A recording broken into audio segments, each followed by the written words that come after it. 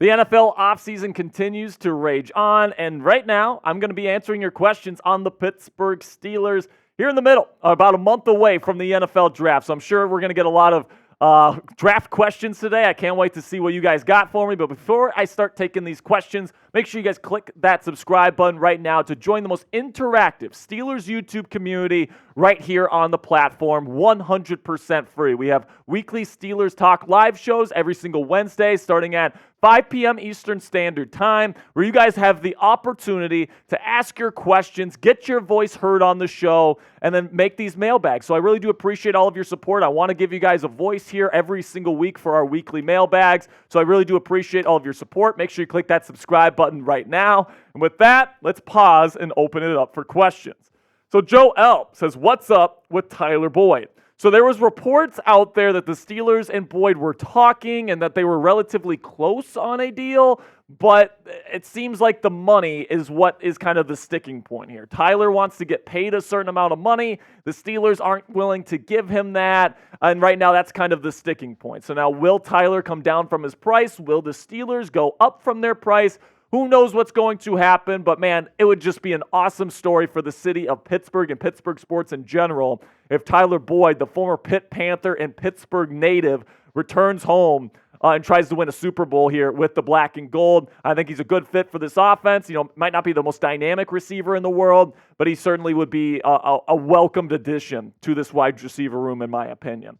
Then we got one from Scott Gilbert. What's up, Scott? It says, who do you think would be a great fit at center in the draft for the Steelers? Would love to see them get Justin Simmons. I'd love to see them get Justin Simmons as well. You got to get him for the right price because I'm okay with Minka and Deshaun being kind of the two main guys.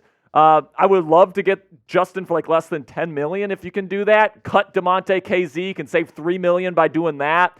And then kind of use that $3 million plus some extra cash to go get Justin Simmons. And that would make the best safety trio in the National Football League. When it comes to the center position, Jackson Powers-Johnson is the best overall fit because he's the best overall center. But I do think Cedric Van Pran out of Georgia is probably the number 2 best fit. Now, there's other guys out there that can certainly start for the Steelers right away. Zach Frazier out of West Virginia. Graham Barton out of Duke might be a dark horse at that number 20 overall spot in round 1.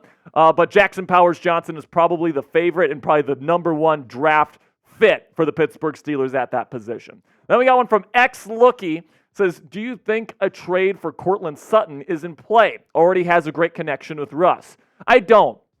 And as much as I would entertain it, especially for like a second or third, maybe fourth round pick, I just don't think the Denver Broncos want to unload him, right? They just traded Jerry Jeudy. Courtland Sutton is still relatively young. He's a big receiver that's really good in those contested ball situations. I think they want to keep him around because he's still, like I said, he's still young. He can be a building block for that rebuild that they're doing there in Denver. So I don't think the Broncos will be willing to trade him. But if you can get him for a third or a fourth round pick, he, like you said, he already has that connection with Russ. You get 2 big, good run-blocking wide receivers, put them on the other side of George Pickens. I wouldn't mind it. I just don't think the Broncos are going to come to the table. Now, let me know down there in the comments section, would you trade a round 2 pick for Courtland Sutton? Give me a yes or a no. Personally, I'm going to say no to this one, but this is going to be the pinned comment on today's show, so YouTube's going to throw you an ad break here in just a couple of seconds. When that happens, take advantage of that time, but give me a yes or no down there in the comments section. And we got $10 super chat from my man, Just Webb's World. And he says, I'm curious if Kool-Aid is the best press man corner in the draft, and we need one because Dante Jackson isn't a long-term option. Why aren't we trying to get him when there's a steep fall at cornerback, unlike center? So I would say that the cornerback class, it's interesting because I wouldn't necessarily say it's a bad class. And there's definitely fits in like round 2 or 3 that the Steelers could go get. All right, but it's definitely true that there are like 3 of the top guys in this class: Cooper DeJean, Quinion Johnson, or Quinion Mitchell, my fault. And what's the one I'm missing here? Nate Wiggins out of Clemson. So those are definitely the 3 best, and there's a little bit of a cliff after that. But to answer your question here, Just Webb's World, I don't think they want to get corner because they're still trying to build the trenches. All right, and you look at the history of guys like Omar Khan that come from that Howie Roseman executive tree. They like to go trenches in round one. It's just the way that it works, man. Unless they have 2 first-round picks, they're usually spending their lone first-round pick on an offensive or defensive lineman. And the Steelers have 2 major needs at 2 offensive line spots. All right, so that's really what it comes down to. I think the Steelers like Dante Jackson. I'm not sure if they view him as a short-term option. But I do think that they're going to draft a corner at some point on day 2. I don't think you have to worry about that. And honestly, with that foot injury to Kool-Aid, it's definitely possible that he may even fall to number 51. How great would that be? Then we got one from Paranormal in the Fun House. Says, would you take DJ Chark or take Michael Gallup in free agency? So is Michael Gallup still wow, okay. I thought he got picked up. So if I had to choose between the 2 of them, I'll probably go with DJ Chark. I don't love either one of them. Neither of them are like great route runners. They're more bigger receivers, possession-type receivers, red zone threats. Now, they're bigger and they're good run blockers, so that fits what Arthur Smith wants. But, I'm not sure if those guys are necessarily in play. I guess we'll have to see on that. I think the Steelers might have been a little bit interested in DJ Chark when he was coming out. So we'll see on Chark's status, but right now I'd say it's probably more likely the Steelers take a receiver on day 2 of the NFL draft, and that's their number 2 receiver option.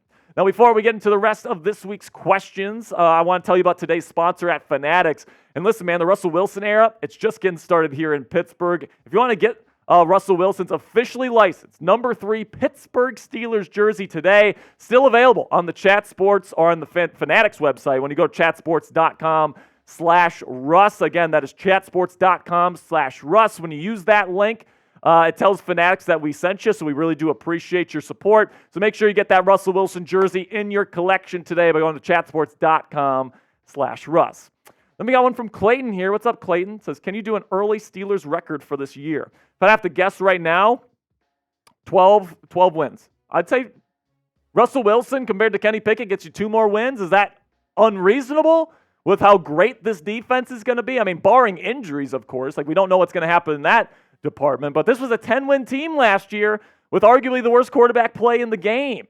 And now you're adding Russell Wilson, who had a better passer rating, touchdown percentage than Patrick Mahomes last year. And I'm not saying he's better than Mahomes, but like if he has a better passer rating than the best quarterback in football, maybe he doesn't suck, right? Like, I mean, I feel like people talk about Russell Wilson like he's terrible, but now he's going into a system with lots of play action. Russell Wilson was the number 1 rated quarterback in football last year when playing with play action. He's got a great number 1 receiver in George Pickens. Who knows what other weapon they're going to get him this offseason. We know how the con artist works. I think that the Steelers' offense is going to be a lot better. When you pair that with the elite defense that they have currently, I'm going to say 12 wins, maybe 13 wins, and they're going to challenge Baltimore for the division crown. Then we got one from Dominic here. What's up, Dominic? Good to see you, man. It says, what do you think the Steelers will draft at 20, center or offensive tackle? And at the second-round pick, if Roman Wilson and Xavier Legette are there, who you choosing? So at number 20, it's an interesting conversation, right? Because the Steelers need center more than they need offensive tackle, all right? I understand that argument. That's probably the best argument for taking center at 20. Plus, I do think Jackson Powers-Johnson is going to be available at number 20, so he's going to be available for you. But at the end of the day, man, offensive tackle is a more valuable position. And right now, I do not want Dan Moore Jr. to be that option next year. I mean, this offense is going to rely on the run game and protecting Russell Wilson because he likes to hold the ball for quite a bit. So you need good offensive tackle play. And I don't trust Dan Moore Jr. to be that. So if you have a Talisi Fuaga or an Amarius Mims waiting for you there at number 20, I'd probably taking a tackle over center personally, but I understand why people would want center. And then when it comes to Wilson versus Legette, I will take, that's a tough decision, but I'll take Legette because I saw what Arthur Smith was able to do with A.J. Brown in Tennessee, and Xavier Legette reminds me so much of A.J. Brown. I would just love to see what Legette, that big body with the great run blocking, taking a slant to the house. I think that'd be perfect. And the accent is perfect, producer Coop is telling me. So pick a spot for me down there in the comments section. What should Pittsburgh prioritize in round 1? Do you think they should prioritize center, type C, or offensive tackle, type OT for me down there in the comments section? Then we got another $10 super chat here from Steelers Dad. Says, F the Browns. Hit that like button, Steelers Nation. I love it, Steelers Dad. Always love hating on the Browns on this channel. They suck. I mean, for a franchise that hasn't won literally anything since the merger, I mean, they do a lot of shit talking. I mean, we know this, all right? So let's show them right now. Click that thumbs up icon if you hate the Browns. Everybody that doesn't like the video is clearly a closeted Browns fan in disguise, all right? Then we got a $5 super chat from Just Webster. It says, what do you think about Johnny Wilson in the third? Because he's 6'7", like Darnell, and I expect him to slide like he can run block and be a red zone threat. So Johnny Wilson is definitely intriguing because, like he said, he's 6'7", and he runs like a deer. Could potentially move to tight end, honestly, but honestly, he was pretty darn good as a wide receiver at Florida State. So he's going to try it out in the league at 6'7". That is a massive frame. So it's going to be interesting to see what he does, but he has some drop issues. He doesn't have the best change of direction, which really limits what he can do as a route runner. I think there's probably better overall players in round 3. Now, if he falls to like round 4, round 5, okay, maybe we can start thinking about that. But I want somebody with a little bit more juice, a little bit more wiggle than Johnny Wilson, even though I wouldn't cry about it if the Steelers ended up taking him. Then we got one from Eden Hazard. Says, how far do you think Russ can take this team next year? So, for sure, a playoff win. All right, I think that last year you're in the game with Mason Rudolph, who had a 80.0 passer rating in that football game against the Bills on the road in the playoffs. All right, so you put Russell Wilson on that team, even with T.J. Watt out. I think it's definitely more of a ball game in the fourth quarter.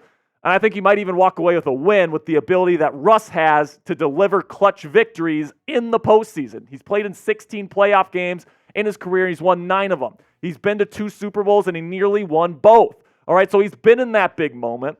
And the thing about the Steelers is that the roster is so good, they don't need Russell Wilson to be better than Patrick Mahomes. They don't need him to be better than Josh Allen. They don't need him to be better than Lamar Jackson. They just need him to be a top 15 level quarterback that protects the football, can throw the ball down the field from time to time, and then deliver in the clutch. That's what Russell Wilson does. All right, so I really do think that Russ could potentially get this team to a Super Bowl championship. That's the top. All right, am I saying that's a likelihood? No, I'd put it at like a 5% chance right now. But a 5% chance is a hell of a lot better than a 0% chance with Kenny Pickett, or let's be honest here, Justin Fields, because he doesn't have any playoff experience, all right? And he's still learning. So Russell Wilson definitely gives the Pittsburgh Steelers the best fighting chance to win a Super Bowl, and I do think that's how far he could take the Steelers next year. So let me know down there in the comments section, how far will Russell Wilson take the Pittsburgh Steelers in 2024? Do you think he's a Super Bowl caliber quarterback still, or do you think it's kind of capped what the Steelers can do with him under center? Let me know what you guys think down there in the comments section. I want to hear your opinions. All right, that's going to be it for today's show. I appreciate every single one of you guys that submitted questions and made it to the end of today's show. Make sure you click that subscribe button and make sure you join us 5 p.m. Eastern Standard Time every single Wednesday for Steelers Talk Live, where we do these mailbags.